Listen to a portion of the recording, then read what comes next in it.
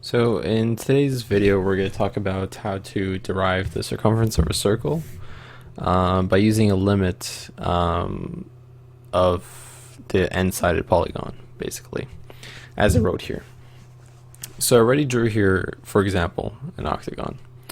We're treating sort of like, consider an arbitrary n-sided polygon.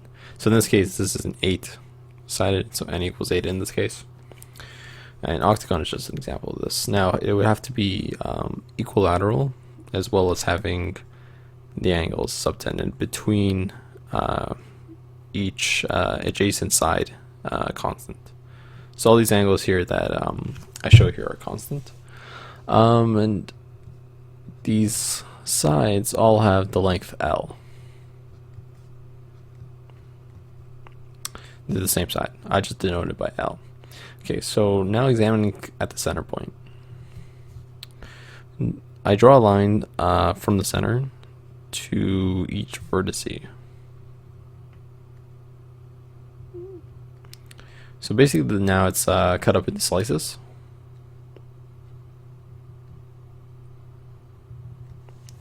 Alright, and this length is actually constant for all of them, and I denote it by R. Right. Okay, so now, as you know, going from, let's say, a starting point, examining from the center, the angle that all these sort of little slices subtend in here must add up to 2 pi, or 360 degrees. So hence the sort of thing I drew, just like going all the way around, is 2 pi.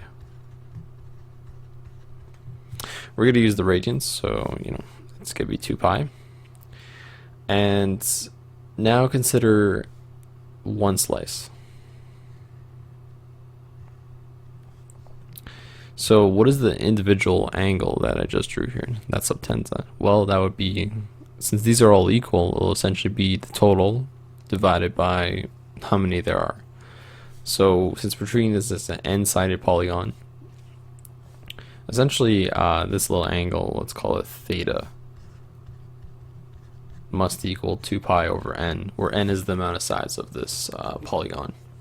So in this instance, the octagon is actually going to be n equals 8. So the example, we have theta 8 is equal to 2 pi over 8, which is pi over 4, reduced form. So that's just the example of a single one. So if we examine closely, I'll draw a bigger version of this. So we denoted this side R, and we denoted this side L. Now, draw a line from the vertice to the opposite side of this triangle, or to the base of it, if you want to consider that.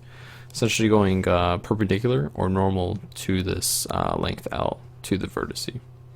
Now, both of these triangles on either side should be equivalent, as I said.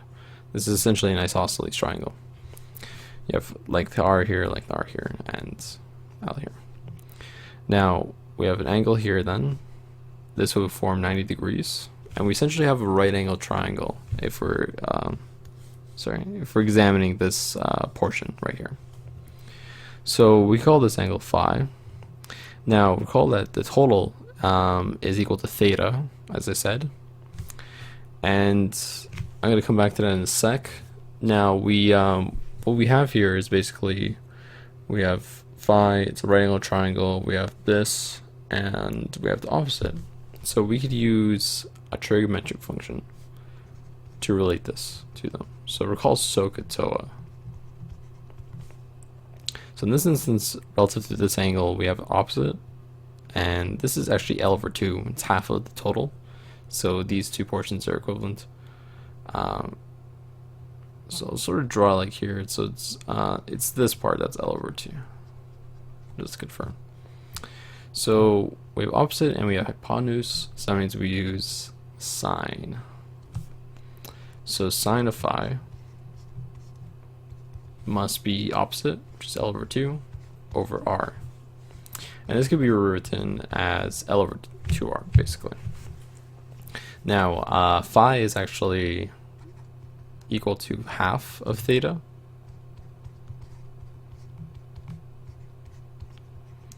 And we denoted theta to be 2 pi over n.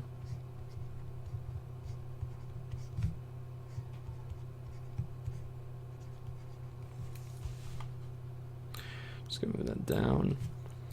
Alright, then I'll go to this side. So basically then we have sine of pi over n is equal to L over 2r. Right. Okay, so now what we're looking for, as I said, we're deriving the circumference of a circle. So in other ways, the circumference is essentially the perimeter of a circle. So in this instance, for an arbitrary n-sided polygon, the perimeter is essentially the addition of all these sides on the outside of it. So it's like L plus L plus L. And how many L's there are is depending on how much sides there are. Hence we argue that the perimeter P is equal to NL. N being the amount of sides, and L being since it's an equilateral, all the sides are the same, and their length L, essentially. Now I'm going to rearrange this. So we have L equals 2r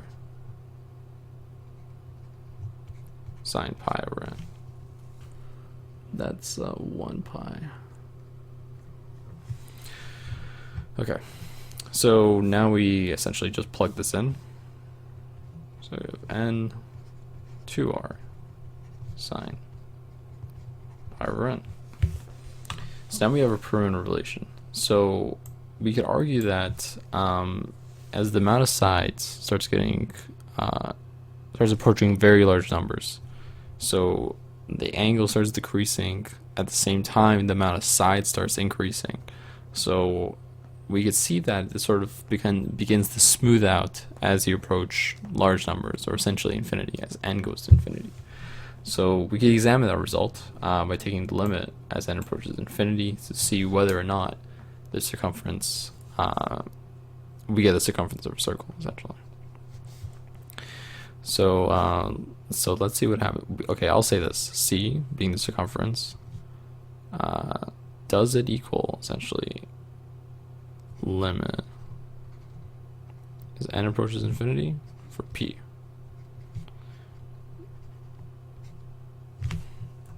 Oops. Okay, so 2r n sine pi over n. Okay.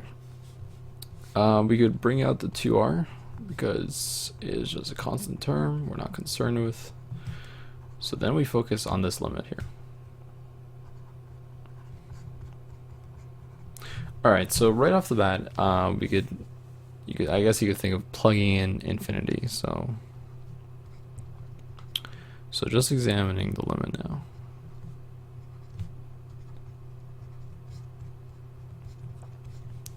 So if we plug in infinity into n, we have essentially this becomes infinity. So I'll just write that down. This term goes towards infinity. Since this pi over n in the bracket, pi over something over infinity essentially goes to 0. And then that means you get sine of 0, which is just 0. So we have the n part, or the polynomial part, approaching infinity, and the trigonometric part approaching 0. So I'll say goes to, then infinity, and 0. Okay, so what we have here can actually be rewritten so that we get the L'Hopital format. So then we could take derivative of both parts. So I'm going to actually rewrite this.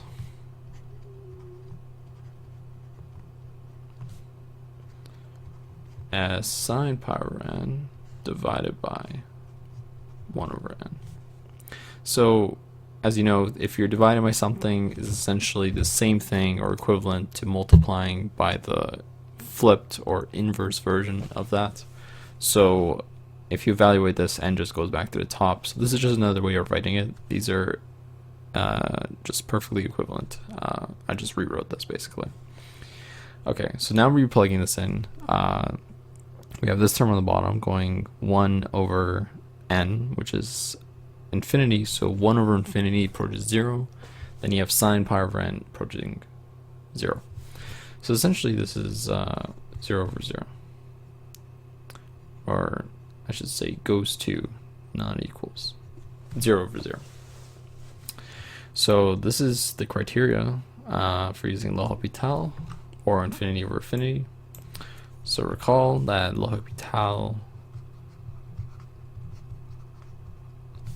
rule is basically as you have a limit approaching, let's say, a. So you have two functions, sort of like represented as a quotient.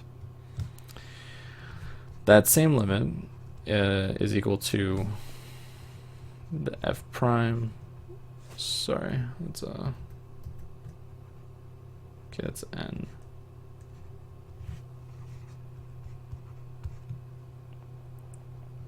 So the derivative of the top and bottom, you can take it individually, and then reattempt to plug in your limit and see what you get. So in this case, our f of n function is sine pi over n. Okay. So we have fn equals sine pi over n, and we have g over n is equal to 1 over n. Alright, so now we take the derivative of the top first, so f prime of n, so derivative of sine pi over n. Okay, so we have to apply chain rule, so the first thing is going to be we get a cos pi over n, and then we have to take the derivative of the inside and sort of put it on the outside, essentially. So derivative of pi over n is going to be negative pi over n squared. So this is our derivative. Now derivative of g prime of n is equal to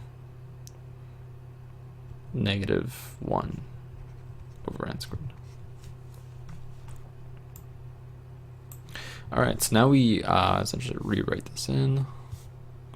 So that means our limit as n approaches infinity of our function that was n sine pi over n is equal to negative pi over n squared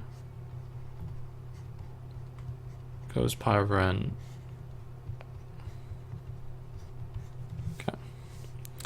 So as you can see, to make this more visible, I could bring this term to the top by essentially, since we're dividing, this is going to be the same thing as multiplying by the inverse. So hence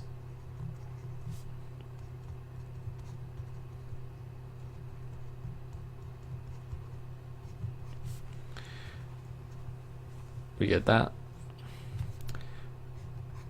So this term cancels with that one, negative cancels with this negative, basically. Negative times negative makes positive. So essentially we got the limit as n approaches infinity of pi cos pi over n. Now let's reattempt that original limit. So essentially, I guess you could say plugging in n equals infinity. So we have here in the bracket pi over n. So essentially this term in the bracket goes to 0, and then cos of 0, as you might recall, cos begins at the top and then comes down to the bottom.